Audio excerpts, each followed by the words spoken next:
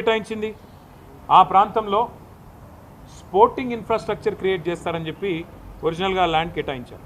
అక్కడ క్రీడలకు సంబంధించి స్టేడియంస్ కానీ అకాడమీలు కానీ అట్లాంటివి మాత్రమే పెడతారని ల్యాండ్ ఇచ్చినారు తప్ప అక్కడ మళ్ళీ బహుళ అంతస్తుల మేడలు అంటే 50, 60, 70, 90 అంతస్తుల మేడలు కట్టమని కోట్ల స్క్వేర్ ఫీట్లలో బిల్డింగులు కట్టమని ఆనాడు ఆ గవర్నమెంట్ ల్యాండ్ ఇవ్వలేదు.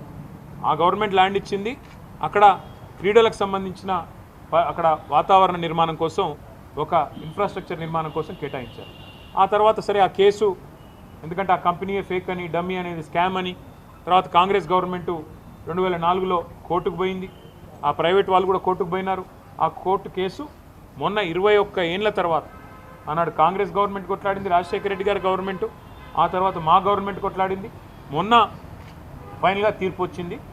ఆ తీర్పును అనుసరించి ఇప్పుడు ప్రభుత్వం ఆ 400 ఎకరాలను అమ్మి 30,000 కోట్ల రూపాయలు సేకరించాలని లక్ష్యంగా పెట్టుకుంది. నేను ముఖ్యమంత్రి రేవంత్ రెడ్డి గారిని అడుగుతా ఉన్నా, కాంగ్రెస్ ప్రభుత్వాన్ని అడుగుతా ఉన్నా, మీకు ఆస్తులు అమ్మడం అప్పులు తేవడం అనే మీ ఎజెండా ఏదైతే ఉందో సరే అది మీరు ప్రభుత్వంలో ఉన్నారు, ప్రజలు నిర్ణయిస్తారు. అల్టిమేట్గా మీరు చేసేది తప్ప ఒప్ప. ఒకవైపు మీరే చెప్తున్నారు ఎక్కడికక్కడ ఇవాళ హైదరాబాద్లో చూస్తే పెద్ద పెద్ద హోర్డింగ్లు పెద్ద పెద్ద పోస్టర్లు ముఖ్యమంత్రి గారి ముఖార విందంతో ఫ్యూచర్ సిటీ కడుతున్నాము, అక్కడ 50,000 ఎకరాల్లో కడతాము, ఆల్రెడీ 15,000 ఎకరాలు మా దగ్గర ఉంది, ఇంకో 30,000 ఎకరాలు సేకరిస్తున్నామని చెప్పి ముఖ్యమంత్రి గారు ఫ్యూచర్ సిటీ అని ఉదరగొడుతున్నారు. ఎయిర్పోర్ట్కి కిందికి ఆనాడు ఫార్మా సిటీ కోసం మేము సేకరించిన భూముల్లో ఈరోజు పేరు మార్చి ఫ్యూచర్ సిటీ అంటున్నారు. ముఖ్యమంత్రి గారిని కాంగ్రెస్ ప్రభుత్వాన్ని అడుగుతున్నాను, మరి ఫ్యూచర్ సిటీలో ఆల్రెడీ మీ దగ్గర 14,000 ఎకరాలు ఉన్నప్పుడు ఇంకొక 30,000 ఎకరాలు మీరు సేకరించబోతున్నప్పుడు మొత్తం 45,000 ఎకరాలు మీరు అక్కడ అమ్ముకోబోతున్నప్పుడు ఇక్కడ 400 ఎకరాల మీద ఎందుకు పడ్డారు మీరు? ఈ 400 ఎకరాల్లో నిన్న మొన్న మీరు చూసింటారు వందల సంఖ్యలో మెషిన్లు పోయి అర్ధరాత్రి. నేను అడుగుతా ఉన్నా, మీరు ఒకటి ఆలోచన చేయండి. శుక్రవారం, శనివారం, ఆదివారం, ఈరోజు సోమవారం రంజాన్.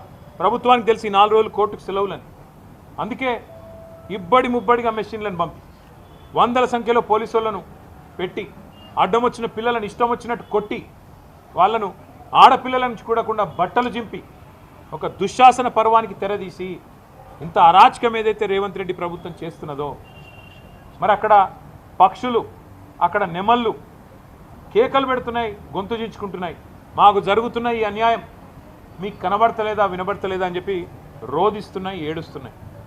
ఇది మీకు వినబడతలేదా రాహుల్ గాంధీ గారు? నేను అడుగుతా ఉన్నా.